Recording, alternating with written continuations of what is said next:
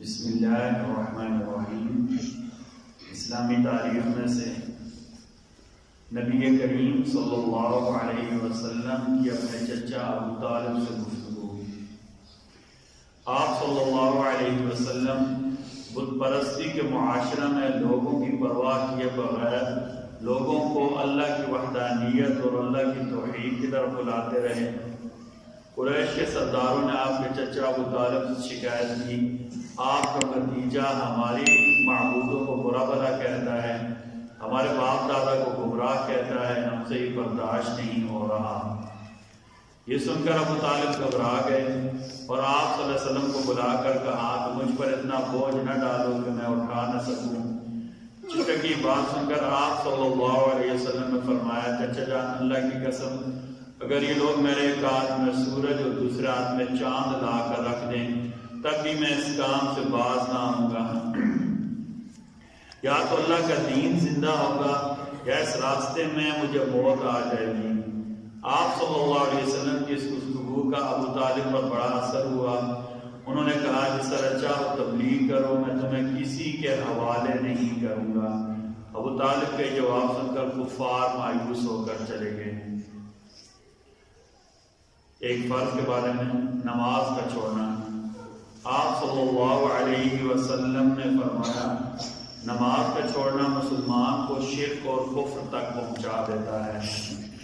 نماز کا چھوڑنا مسلمان کو شرک اور کفر تک پہنچا دیتا ہے۔ ایک سنت کے بارے میں، نفع نہ پہنچانے والی نماز سے پناہ مانگنا۔ حضرت انس فرماتے ہیں کہ نبی کریم صلی اللہ علیہ وسلم یہ دعا فرماتے تھے، اللہم انی اعوذ بک من صلاة لا تنفع، اللہم انی اعوذ بک من صلاة لا تنفع۔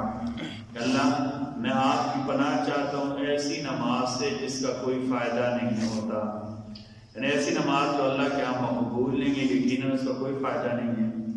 تو آپ صلی اللہ علیہ وسلم ایسی نماز سے پناہ مانگتے تھے۔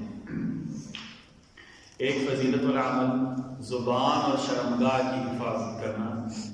آپ صلی اللہ علیہ وسلم نے فرمایا، جو شخص مجھے اپنی زبان اور شرمگاہ کی حفاظت کی ضمانت دے گا میں اسے جنت کی ضمانت دیتا ہوں۔ دنیا کے بارے میں، رزق دینے والے اللہ ہیں۔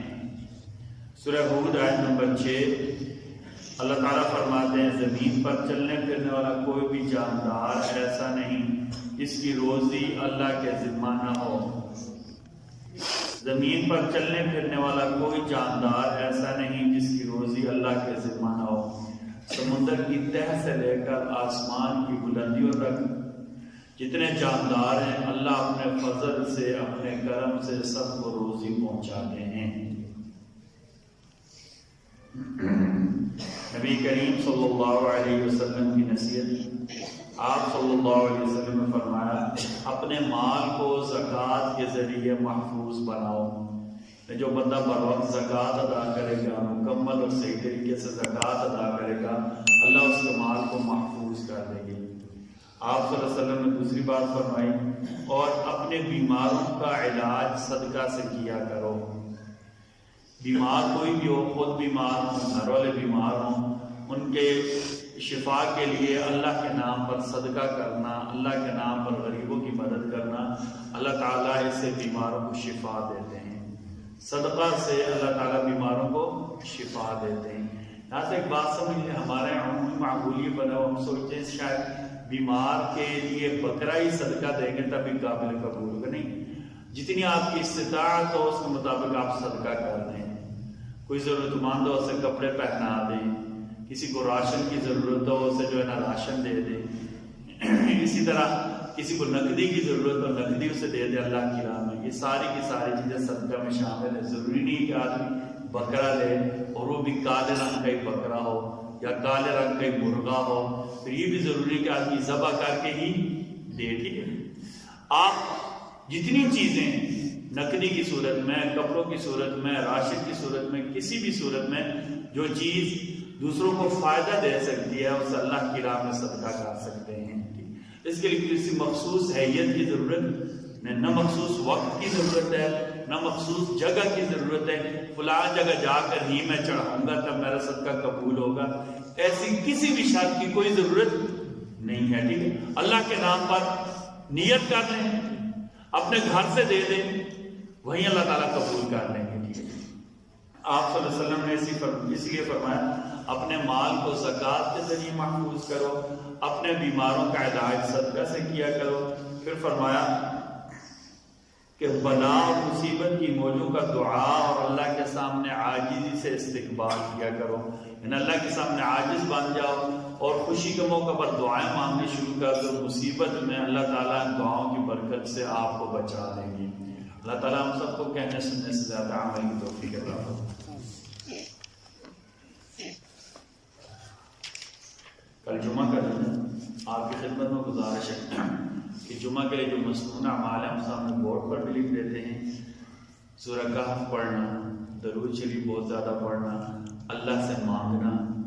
جمعہ کے دن ایک ایسی گھڑی ہوتی ہے جس میں اللہ سے جو بھی مانگا جائے اللہ عطا کرتے ہیں۔ اس گھڑی کو تلاش کرنا یہ مومن کے لیے بڑی سعادت کی بات ہے، بڑی عزت اور شرف کی بات ہے۔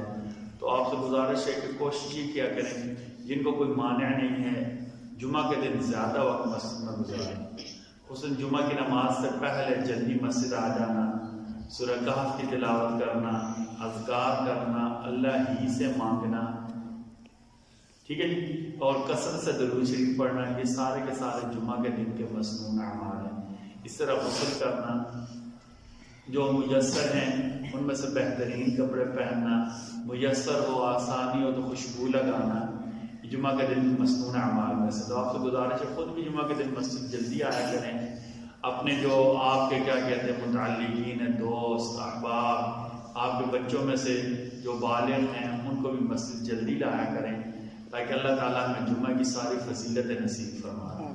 بسم اللہ الرحمن الرحیم، بسم اللہ والصلاۃ والسلام علی رسول اللہ، بسم اللہ وعلی ملت رسول اللہ، ربنا تقبل منا انک انت السمیع العلیم وتب علینا انک انت التواب الرحیم برحمتک